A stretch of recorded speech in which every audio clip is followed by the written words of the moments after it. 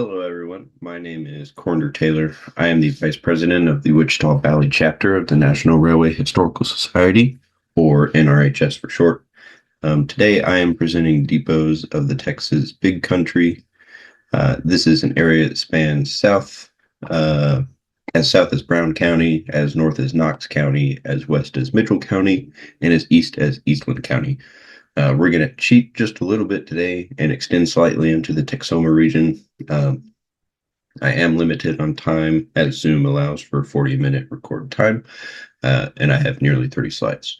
So just bear with me if I fly through some of these slides, but let's get started.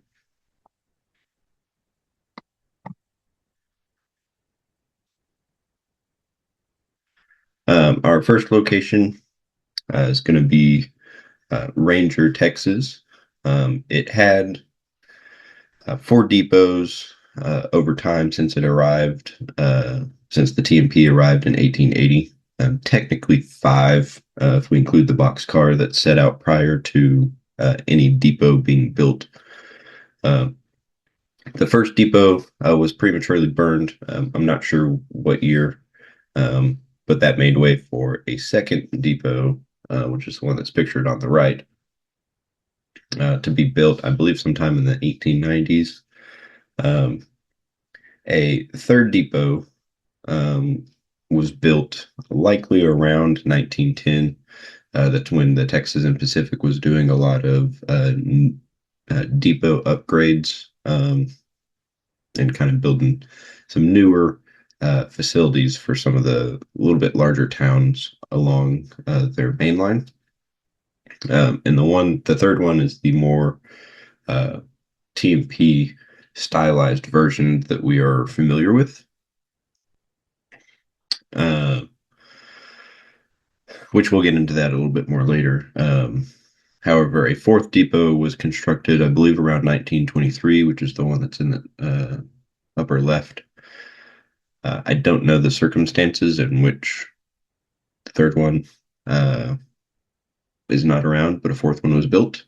I guess it's possible there could have been some renovations that just changed the look of it, but it's such a drastic change that I would imagine this is just a brand new depot. The fourth one kind of showed up around 1923.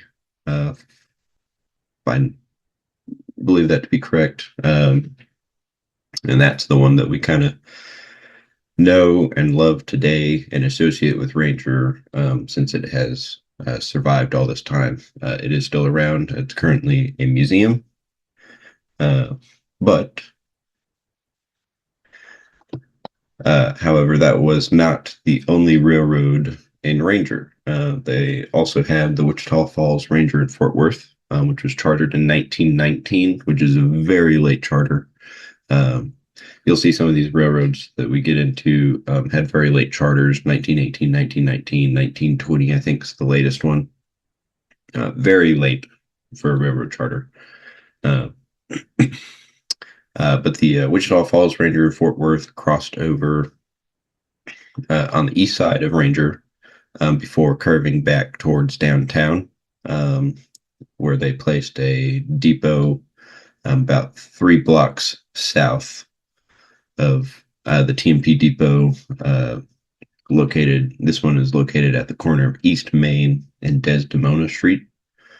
You can kind of see by the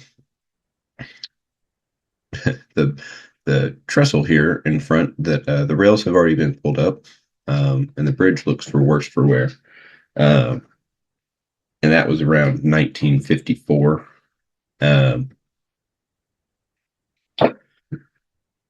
Which is when the railroad that took over ended up abandoning the line. So this should be right around that time.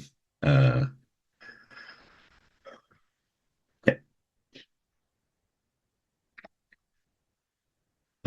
The Wichita Falls Ranger in Fort Worth, built from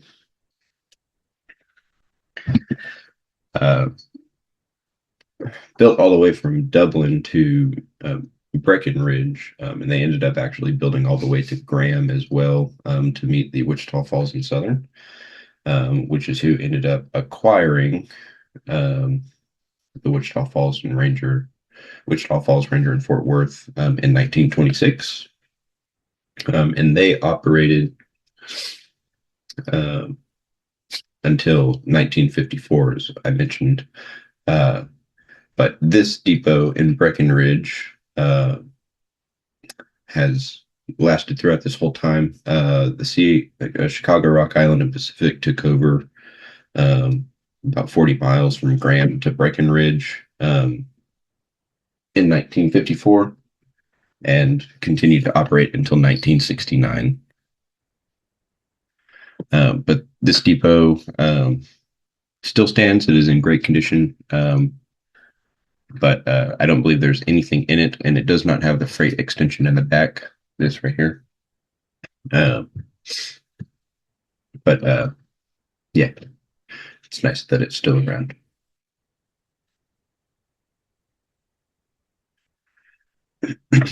I do not know much at all. Actually, I don't really know anything about the Archer City Depot.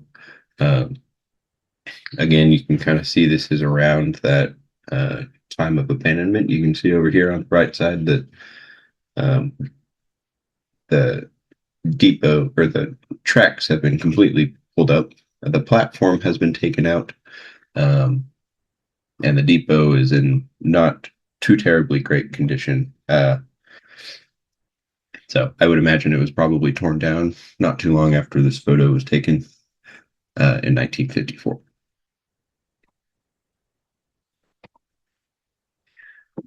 We'll move along now to Eastland.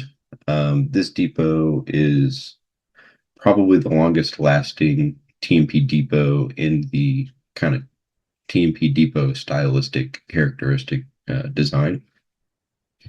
And that is seen by this overhang with 4 columns. And I believe this depot would have been built around 1910. This is the kind of concrete material with the brick is pretty standard to Texas and Pacific 1910 depot upgrades and construction. Um, this depot was torn down in the late 60s, early 70s. TMP offered this depot to the city for a cheap price. However, the city declined, thinking that they could get it for a cheaper price or for free, which was not the case. So the TMP ended up tearing it down. And just east of the depot is where the line met the Eastland, Wichita Falls, and Gulf Railroad or Railway. I wanted to include this photo here on the right side just because of I have a lack of any photographic material for any depots along their line, but I did want to at least showcase them.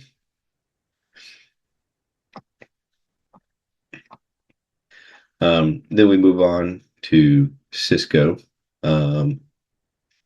Here in Cisco is where the TMP met the Texas Central, which warranted a Union Depot in about 1920s. And it was later torn down again in the 60s and 70s, along with the Eastland Depot at the same time. And the same fate was given here as the TMP offered for a cheap price. City thought that they could get it for cheaper or free. And so eventually the depot was torn down. The Cisco and Northeastern also met here. But again, I don't have any photographic material for the depots along that line. However, our chapter president, Steve Allen Cohen, has a nice collection of Cisco and Northeastern photographic material.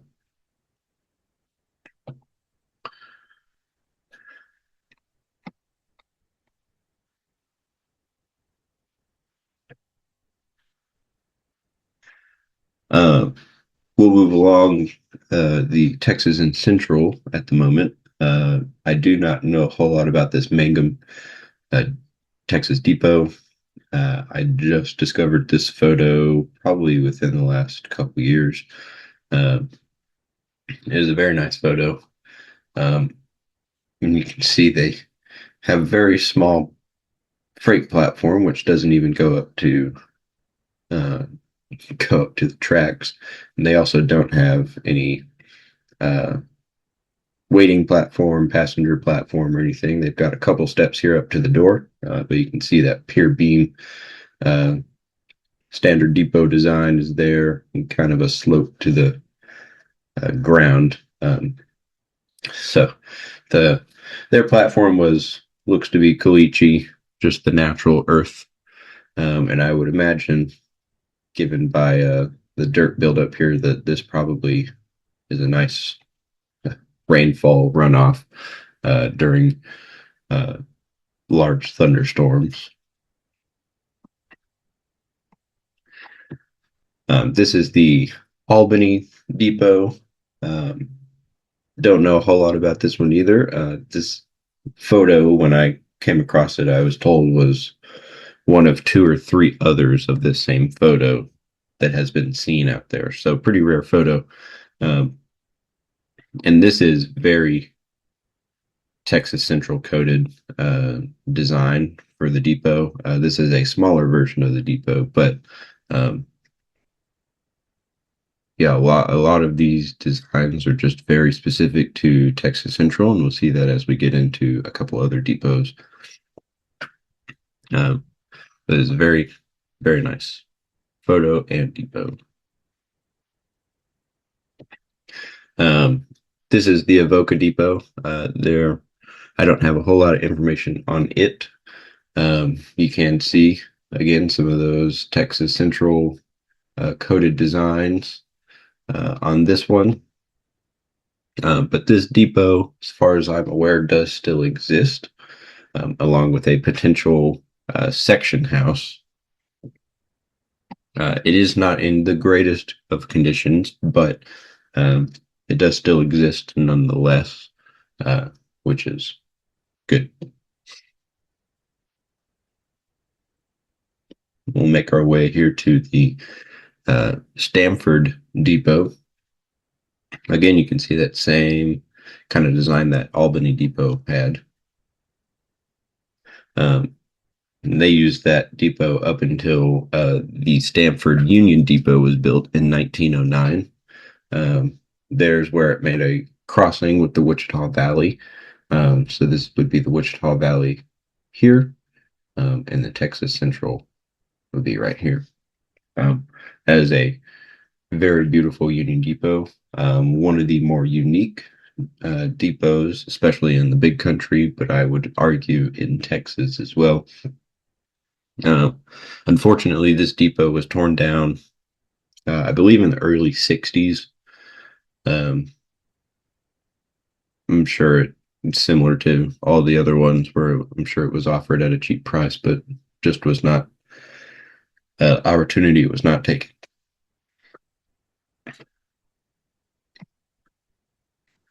We'll move on to the end of the Texas Central line.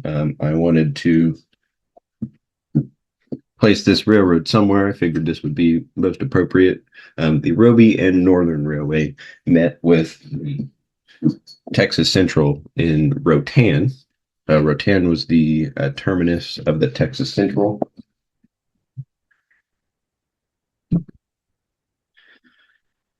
Uh, this depot is in Roby, Texas, which is just south of Rotan. And this depot does still exist. Still stands today. The Roby and Northern was abandoned in 1942, and the West Texas Utilities, you can see, was owner of this railroad. They still continue to use the depot as like ice storage for the area. Um, but there's nothing in the depot. It is in, I'd say, fair condition. Brick and everything still standing, but I believe that the roof is worse for wear. We'll make our way back to the Texas and Pacific Railway, this time in Baird, Texas. This depot was built in 1910 with the depot upgrades, and you can see, kind of as we were mentioning on the Eastland Depot, it's got that white concrete accent to go with the brick. And this depot is probably one of TMP's more unique depots, especially since it is 2 stories. And this depot does still stand today. It is currently the Baird, Texas TMP Depot and Museum.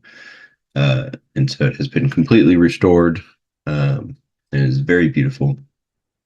The freight depot down here in this bottom photo was moved just a few blocks away, but it does still stand. It's not in great condition, but the whole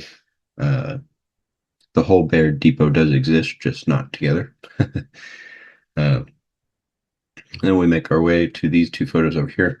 The photo on the top is the last shift at the Baird Depot. This is Frankie Crow right here. And then the bottom photo is Frankie Crow locking up the depot for the last time.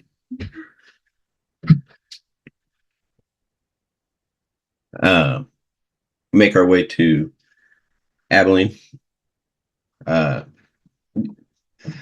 This depot was built again in 1910 as part of those depot upgrades, and you can see that design once again. And this is a very, very unique depot.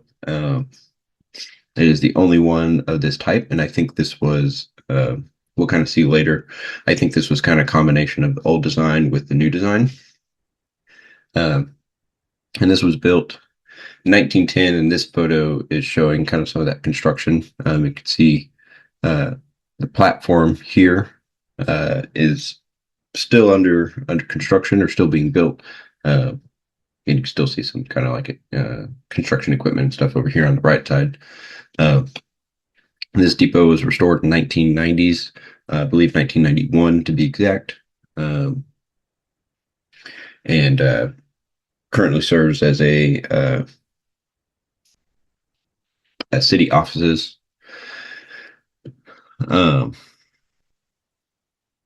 The dormers here were removed in 53, but during the restoration of the depot, they were added back. So the depot does look original to the 1910 design. Then over here on the right side is a photo by Frankie Crow of inside the base here of the tower.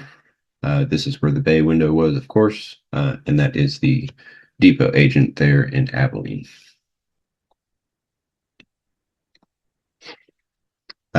Move along to another railroad that was in Abilene and Southern.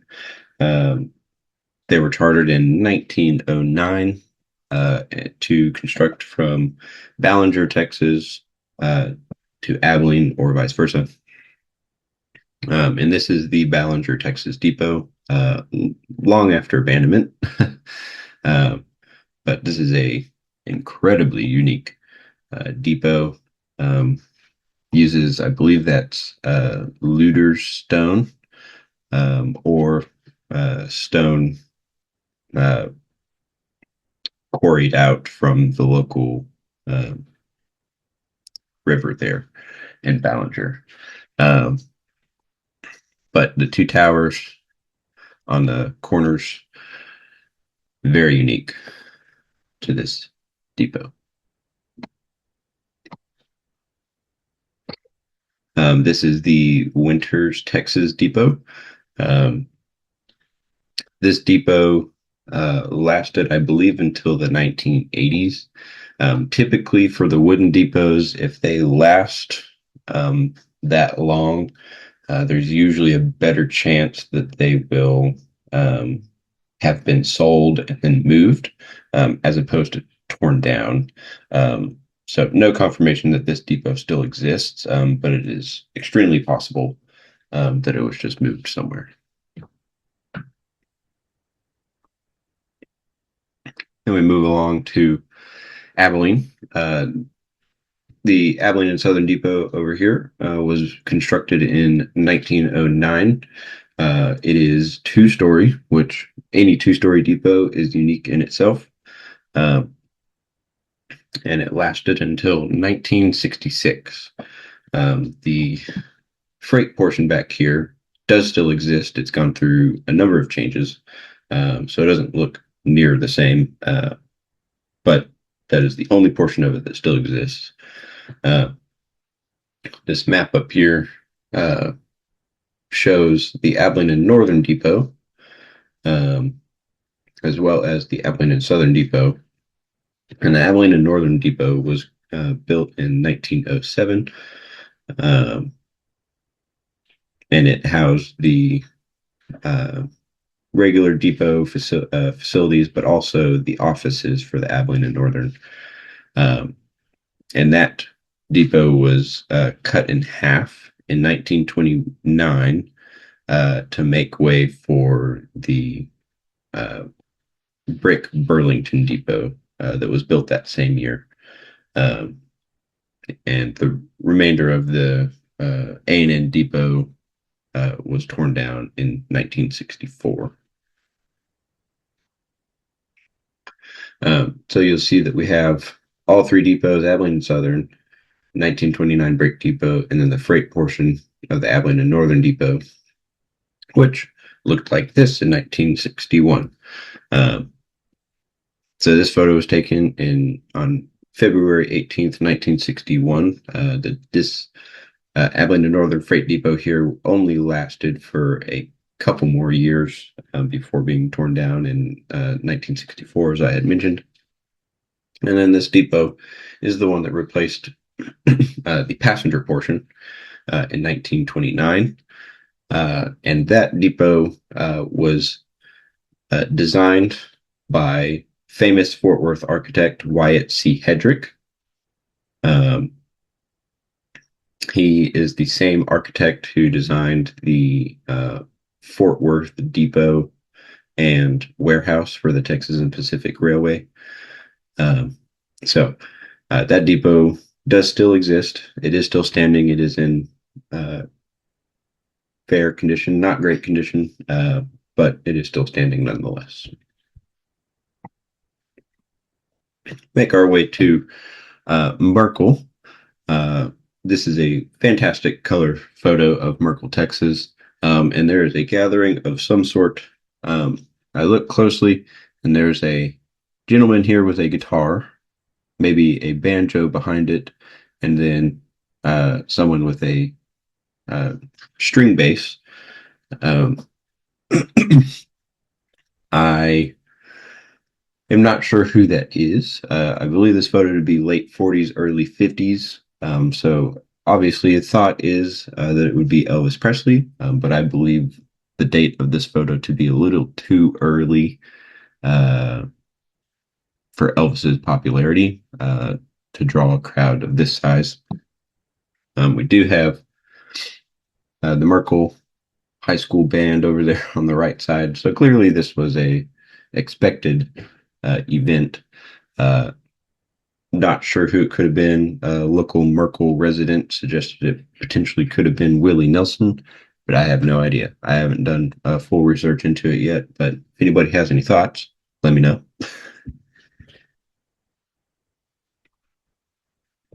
Then we'll make our way to Sweetwater, Texas.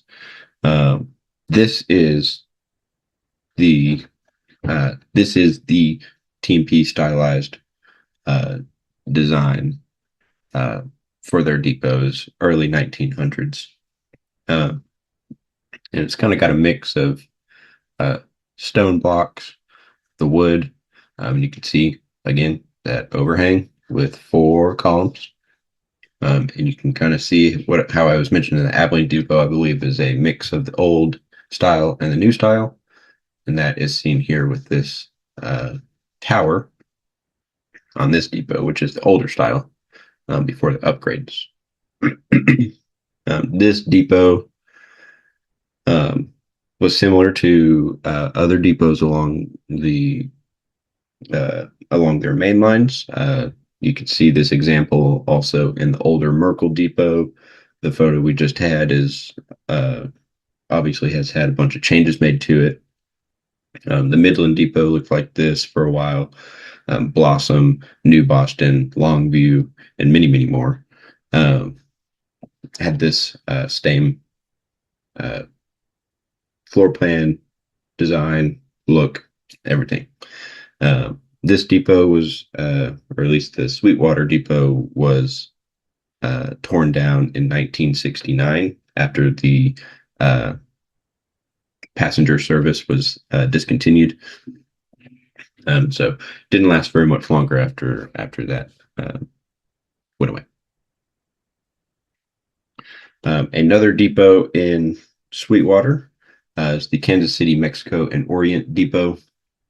This is, in my opinion, the most unique and characteristic depot in the entirety of the Big Country, and probably Texas as well. This depot is very well known for its look. It is very one of one, and this depot was, I believe, torn down in 1966. And it just a very nice front view and a very nice back view to kind of get a whole idea for what this depot looked like. And this depot sat just across the tracks from the Santa Fe depot, this one here. This one was constructed in 1907, and they built a depot on the north side of Sweetwater in 1953, which kind of spelled the end for this depot, which was considered the downtown depot. By constructing a new depot on the north side, it saved passenger trains about 10 minutes because that allowed them to eliminate reverse maneuvers into this depot. This was one of, I believe, 4 depots that were of this design. The other ones were in Lubbock, Post, and Snyder. The one in Lubbock, I believe, was destroyed by a fire very early on, I think in the 50s. The Post Depot does still exist. It is now the only example of this depot, and I believe it houses the Chamber of Commerce there in Post. The Sweetwater Depot was torn down in 1953 after they built the new depot. And then the Snyder Depot was torn down, I believe, around 2017, 2018.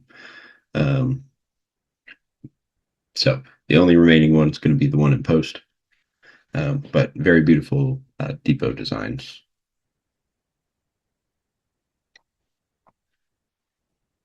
Move along here to just south of Abilene, along the Gulf, Colorado, and Santa Fe.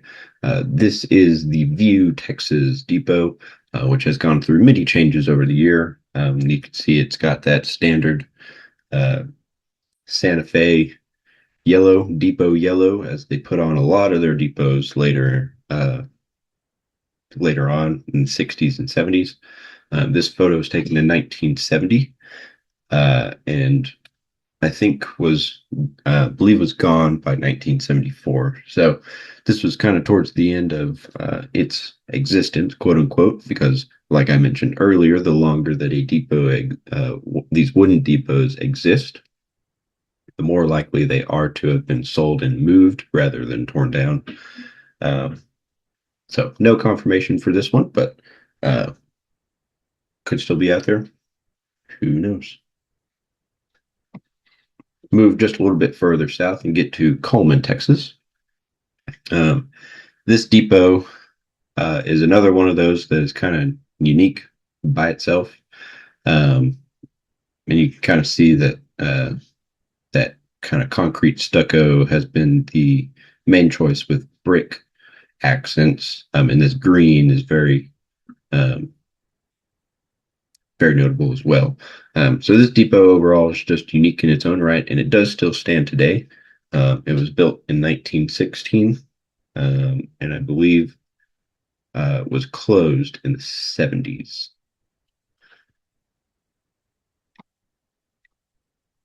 Make our way a little bit further south and get to the Brownwood Depot and Harvey House.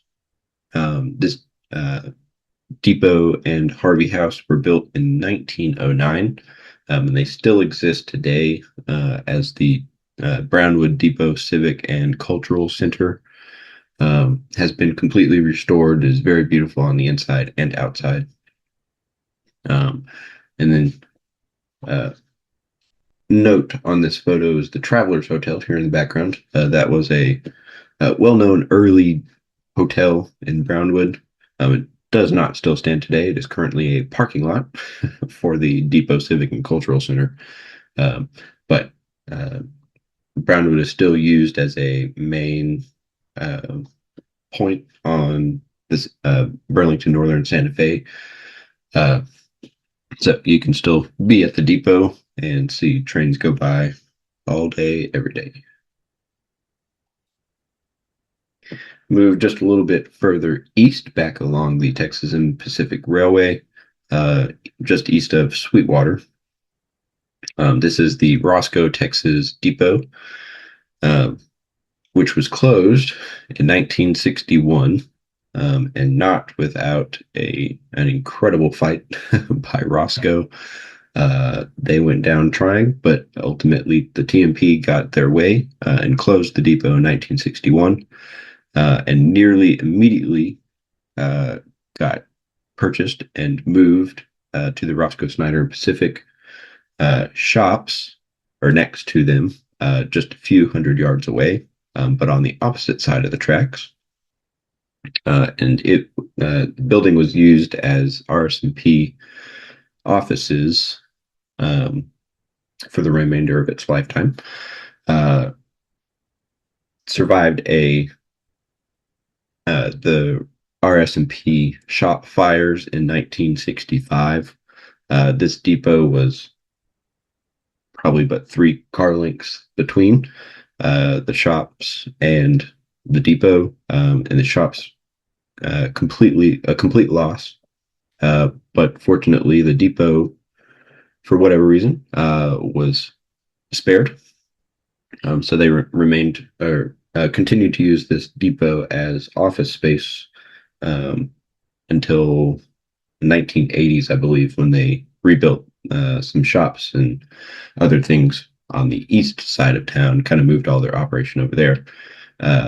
But I believe this still stood until the 90s. So again, like the other ones, the longer these wooden depots last, the more likely they are to be moved elsewhere. So could still exist somewhere in Roscoe or elsewhere.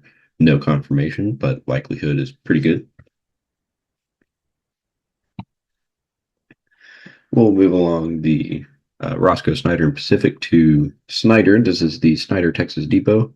And this is probably their most unique depot on their line. In this front portion, the main waiting room, passenger portion, and I would assume there's probably some offices in there as well, was symmetrical. It was square, and then had a freight extension off the back. I believe this to have been built at the time of charter, which was 1906. I don't know that for sure whether there was a depot before this one or not, but this is the one that stood the test of time. And you can see it had that brick design, and then later had that white stucco, very characteristic of a lot of Santa Fe depots.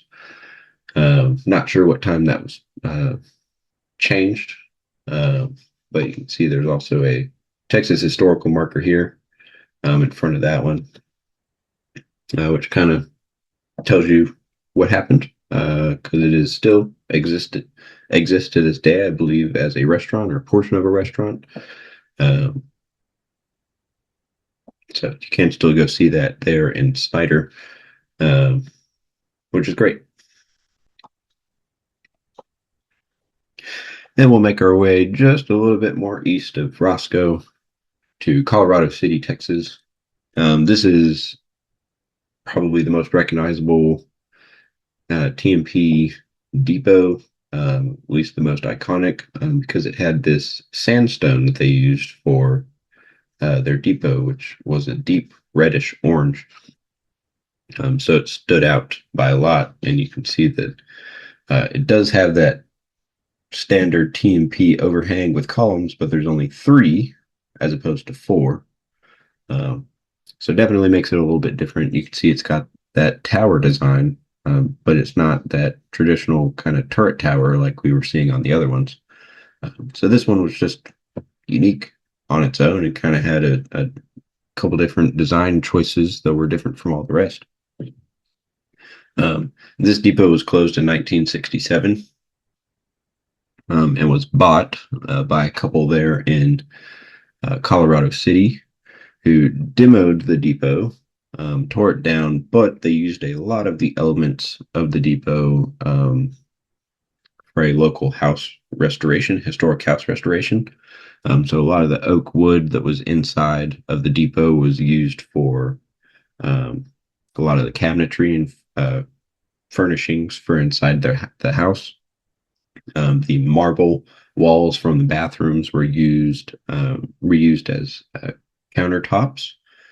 And then the sandstone blocks were taken and used as a wall around the perimeter of the property for that house. And the TMP emblem that you can see here on etched in the stone there on the depot is used on the front of the wall at the front of the house. So unfortunate that we don't have the depot standing as is, but at least there is a house that is able to tell that story further for this depot. That is going to bring us to the end of the presentation on depots of the Texas Big Country. This is by far not anywhere close to as all the depots in the Big Country or in the area. There's plenty more that could be talked about, and I'm sure it could be enough for a second presentation at some point in time. But I thank you all for taking your time to watch this presentation and listen to me ramble on. I did want to give a shout out to people who contributed their photos. A lot of these photos are my personal collection, but there are some other ones in here. Gideon Minkin for the Kansas City, Mexico, and Orient Depot in Sweetwater. Dennis Hogan contributed that blueprint of the Abilene depots for me. The Barbara Farlander with the Vinson family collection for some of the Abilene Depot photos. There's a few or a couple of Steve Goins photos in here, and the Baird TMP Depot and Museum collection for a couple of their photos. Robert Hemke for the Robie and Northern Depot photo. The Museum of the West Texas Frontier for the Texas Central photos, some of their Stanford local area photos. And then the Cisco Museum and Historical Society collection from J.C. McDaniel, the late J.C. McDaniel, providing for some of those photos for Eastland, Cisco, and Ranger area. So thank you all for helping contribute to this presentation. Thanks for being here and taking the time to watch, and we'll see you next time.